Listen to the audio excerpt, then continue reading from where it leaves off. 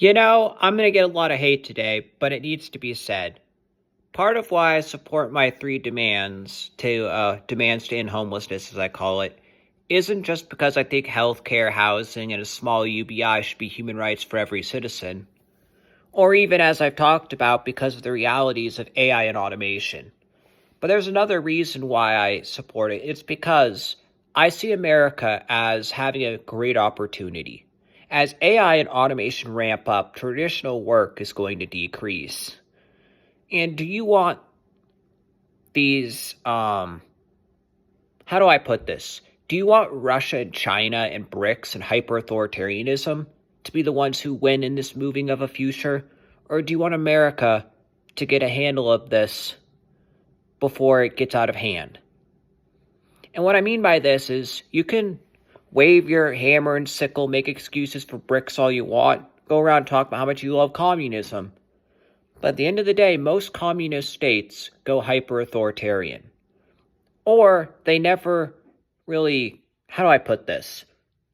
They usually fail and go to some weird authoritarian version of state capitalism, essentially. That's what happened to the USSR. You could argue the USSR was cooked super early on. I believe, and I may be getting the dates wrong, I might be getting the year wrong, but I've heard some people argue, I think as early as 1918, the USSR was cooked, or the idea of it was cooked. Lenin and all the people up there had already admitted this isn't working the way we were going to work and do it. So they came up with essentially state capitalism, hyper-authoritarianism, one-party state rule. And we saw how that worked. Not very well. China, you could argue, is another example of a hyper-authoritarian version of state capitalism. I'd argue that at least the reformers in the 80s kind of headed towards that unfortunate result. My point being, though, Russia is another hyper-authoritarian nation. You could argue that Russia is actually hyper-authoritarian in terms of a capitalist state more than a communist thing, but nonetheless. What's another example? I might be getting this wrong, but is Malay in Argentina or is he in Chile?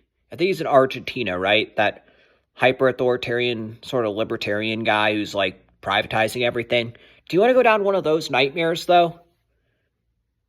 As we lose traditional work and jobs and have those jobs just go to a handful of billionaires or to a one-party hyper-authoritarian political caste like in China, do you want it to be one of those two? Or do you want to unleash freedom and unleash art and culture? Because let's face it, as traditional work goes down, what's going to be left is art and culture. And a large amount of that art and culture is going to, how do I put this? It should come to the United States, and we have an opportunity.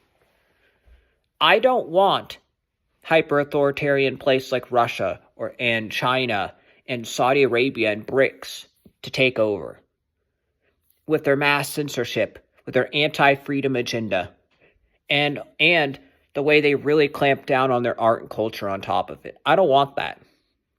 And I think America, trying to figure out the best way of saying this, America has an opportunity to unleash art and culture.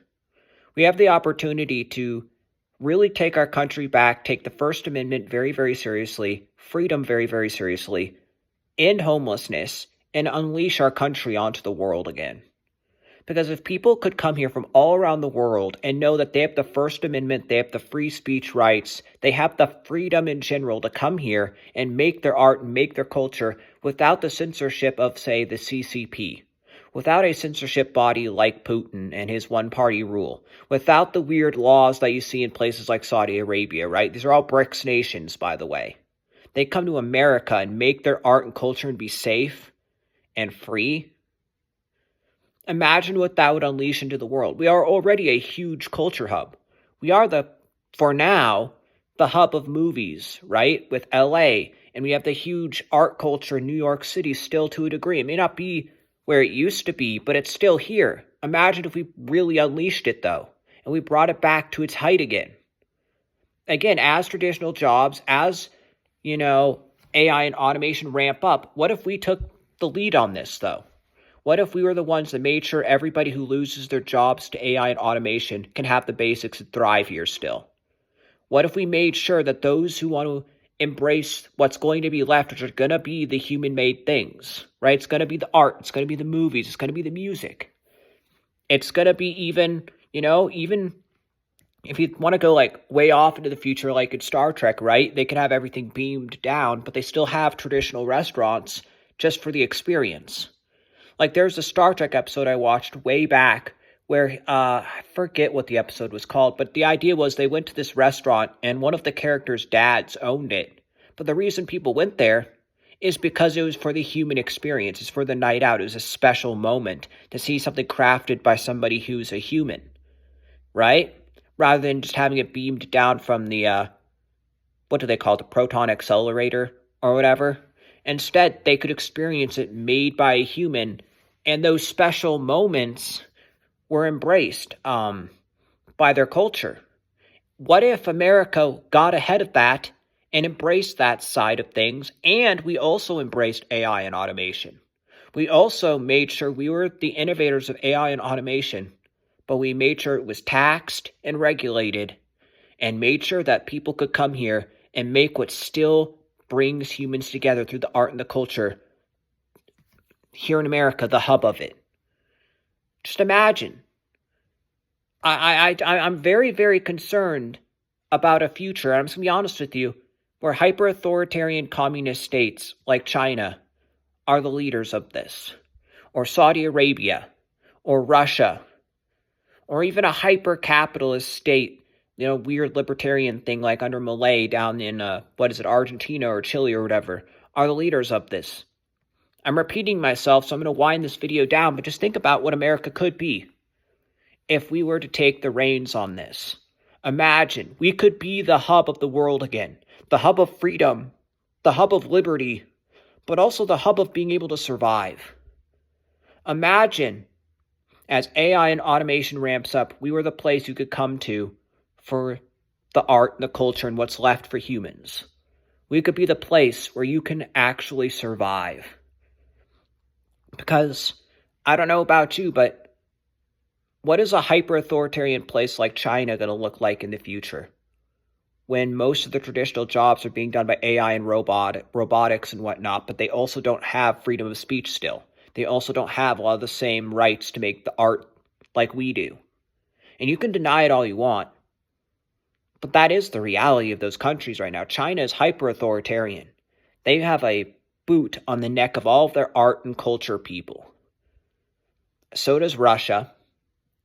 So does Saudi Arabia and many of these BRICS nations. America, the one thing we've got going for ourselves is, to a degree, freedom to express yourself, the First Amendment.